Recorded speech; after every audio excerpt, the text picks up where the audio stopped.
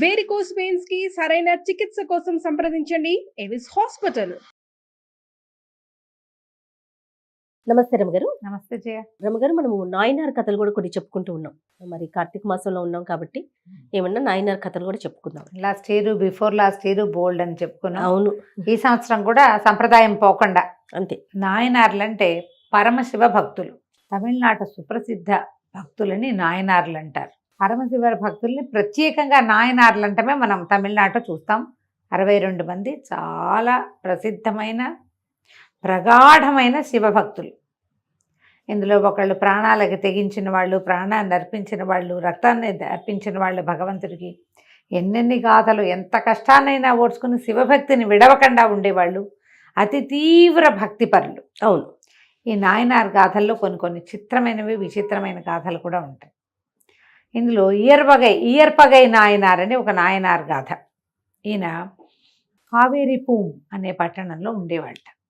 కావేరీ నది పరివాహక ప్రాంతంలో ఉన్న పెద్ద పట్టణం. పరమ భక్తుడు, వైశ్య కులానికి చెందినవాడు. ఈయనకి చక్కగా సౌందర్యవతి అయిన భార్య ఉండేది. మహాభక్తితో ఉండేవాడు. తన దగ్గరకు వచ్చి ఏది అడిగినా తన దగ్గర ఉంటే లేదని అనేవాడు కాదు. రేపటికి నాకు కావాలి, మాపటికి నాకు కావాలి, వీళ్ళకి ఇచ్చేస్తే ఎల్లుండి మనకెట్లా, మన ఇంట్లో ఏదైనా అక్కరొస్తే ఎట్లా, అలాంటి ఆలోచన పొరపాటును కూడా ఉండేది కాదు. ఆయన చిన్న సుత్తి శానం దగ్గర నుంచి ఇనపెట్టెల వరకు, ఒక పెద్ద ఇనపెట్టె కావాలి, మా పిల్లకి ఇవ్వదలుచుకున్నాను పెళ్ళికి, ఇనపెట్టె కొనే శక్తి లేదు అంటే మా ఇంట్లో ఉంది, పట్టుకెళ్ళు. తమ ఇంట్లో ఉన్న ఇనపెట్టె ఖాళీ చేస్తే ఎట్లా పెట్టేవాడు. దారే పోతుంటే ఎవరైనా అయ్యా ఒక వస్త్రం ఇప్పించంటే మీదున్న వస్త్రం తీసిచ్చేవాడు. కట్టుకున్న పంచె విప్పించి అంగవస్త్రంతో ఇల్లు చేరిన రోజులు కూడా ఉన్నాయట. ఆయన తమ దగ్గర ఏది ఉన్నా సరే ఎక్కడి నుంచి తెచ్చి ఇవ్వడం కాదు, తమ దగ్గర ఉన్నది కాదనకుండా దానం చేసేవాడు. దాత అని పేరు పొందాడు బాగా.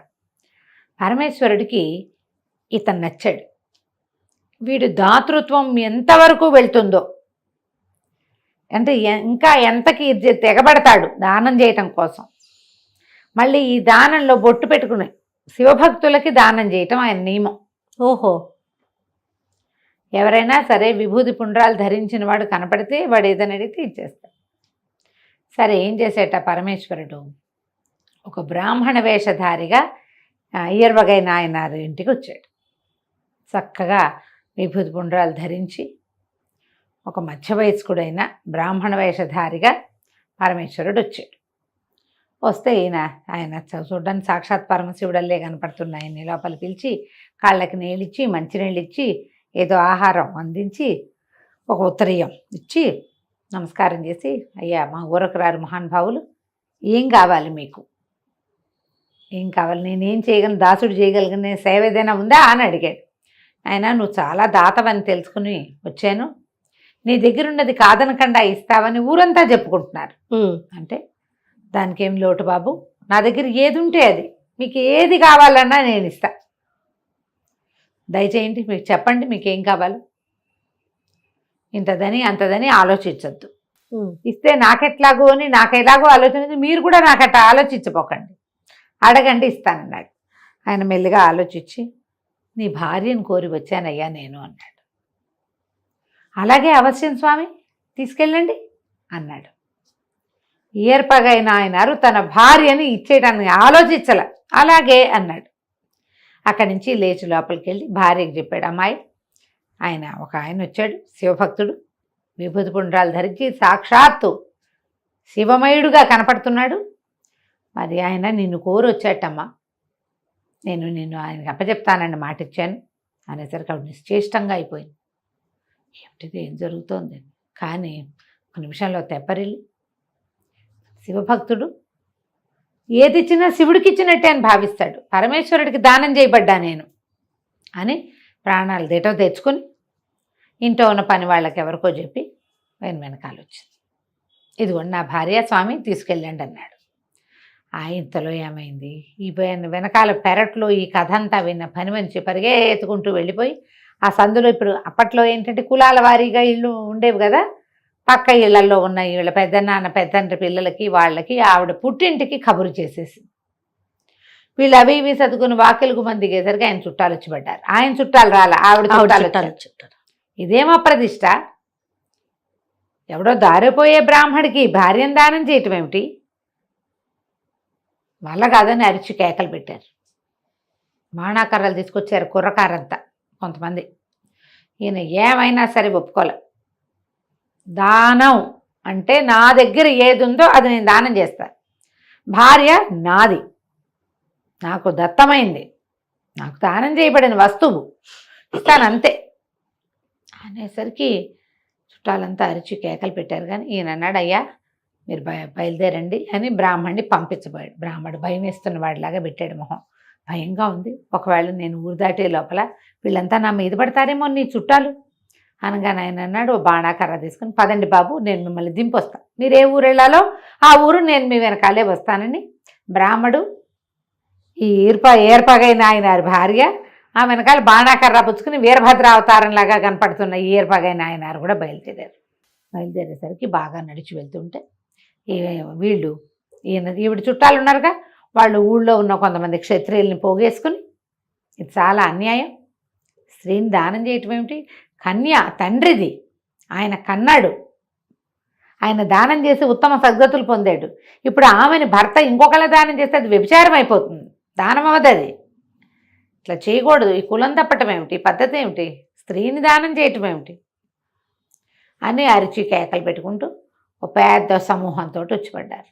పడితే బ్రాహ్మడు బెదిరిపోయి వెనక్కి చూస్తుంటే ఆవిడందిట భార్య నాయనారు వాళ్ళందరినీ సమాధానపరుస్తాడు, తమరు పదండి అంది. ఆయన ఆవిడ నడుచుకుంటూ పోయారు. ఈ వెనక్కి తిరిగి చూసిన నాయనారా వచ్చిన మీద పడిన వాళ్ళందరినీ కొట్టేశాడు. కొట్టేసి మళ్ళీ వాళ్ళ వెనకాల నడవటం మొదలుపెట్టాడు. అయితే ఒక మలుపు తిరుగుతుంటే మలుపులో నిలబడి భార్య కనపడిందట. ఆయన కనిపించలే. ఈయనేమనుకున్నాడు, అయ్యో బ్రాహ్మణాయన శివభక్తుడు భయపడి పారిపోయాడేమో భార్యను వదిలిపెట్టి అని వెళ్ళి, ఏమే ఆయన వెనకాల పరిగెత్తుకుంటూ వెళ్ళొద్దు నువ్వు. ఆయన ఎక్కడికి వెళ్ళాడంటే, ఆయన ఎక్కడికి వెళ్ళలేదండి, ఇటు మలుపు తిరిగాము ఇద్దరము, చూస్తుండగానే మాయమైపోయాడు, నాకు కనపడలేదు అనేసరికి అటు ఇటు వెతికారట ఇద్దరు. అన్ని పక్కల వెతికి పరమేశ్వర చేసిన దానం వృధా పోతోందే అని దుఃఖపడుతూ నుంచున్నట్టు ఆయన. మరి భయపడి ఆయన పారిపోయాడు. ఈ దుర్మార్గుల వల్ల కదా శివభక్తుడు నిరాశతో వెళ్ళిపోయాడు. ఆయనకి ఎంత స్త్రీ అవసరం ఉందో పాపం. దుఃఖపడుతూ నుంచుంటే పెద్ద మెరుపు మెరిసింది. ఆ మెరుపులో పరమేశ్వరుడు కనబడ్డాడు పార్వతీ సమేతుడు. భార్యను కూడా దానం చేయగలిగేవాడే ఎవడైనా లోకంలో ఉన్నాడంటే అది కేవలం నాయనార్ వల్లే అవుతుంది అని చెప్పి వీళ్ళిద్దరికీ సద్యో మోక్షాన్ని ఇచ్చాడట. ఆయన దానం చేశాడు, ఈవిడ ఒప్పుకుందిగా. చూడండి, భర్తకు తగ్గ భార్య, పతివ్రత కాబట్టి ఆవిడ ఒప్పుకుంది. వాళ్ళిద్దరికీ వెంటనే సాయుజ్యముక్తిని ప్రసాదించాడు. వాళ్ళ శరీరాలు దొరకలేదు అక్కడ. దూరం నుంచి మెరుపులు మెరుస్తూ ఉన్నది మాత్రం ఈ కింద పడిపోయినగా చుట్టాలు వీళ్ళలో చాలామంది చూశారు. మెరుపులు మెరిసినాయి. దానం తీసుకున్న బ్రాహ్మడు కనపడలేదు. ఎక్కడైతే వీళ్ళు నుంచుని మొదట వాళ్ళకి కనపడ్డారో అక్కడ పచ్చగా బోలెడని మొక్కలు పుట్టినట దారిలో. అది చూసి ఆశ్చర్యపోయారు. ఆయన పరమభక్తుడు నాయనారు, అందుకనే భగవంతుడు ఇట్లా వాళ్ళని కరుణించాడు, ఇదంతా పరీక్షేనని ఈ దెబ్బలు తిన్న వాళ్ళందరూ పరమేశ్వర ధ్యానం చేసుకుంటూ వెనక్కి తిరిగి వెళ్ళారు. కథ కంచికి మనం ఇంటికి. నిజమైన భక్తులు కదా కదా. అంటే ఇది ఆ కాలంలో అలాంటి తీవ్రమైన భక్తి ఉండేది జయ. మనకి ఇది వింతగానే అనిపిస్తుంది. ఇది 12 దానం చేయటం ఏంటి అనిపిస్తుంది. 12-14 శతాబ్దాల్లోనే జరిగిందట ఇది. నమస్తే. నమస్తే జయ.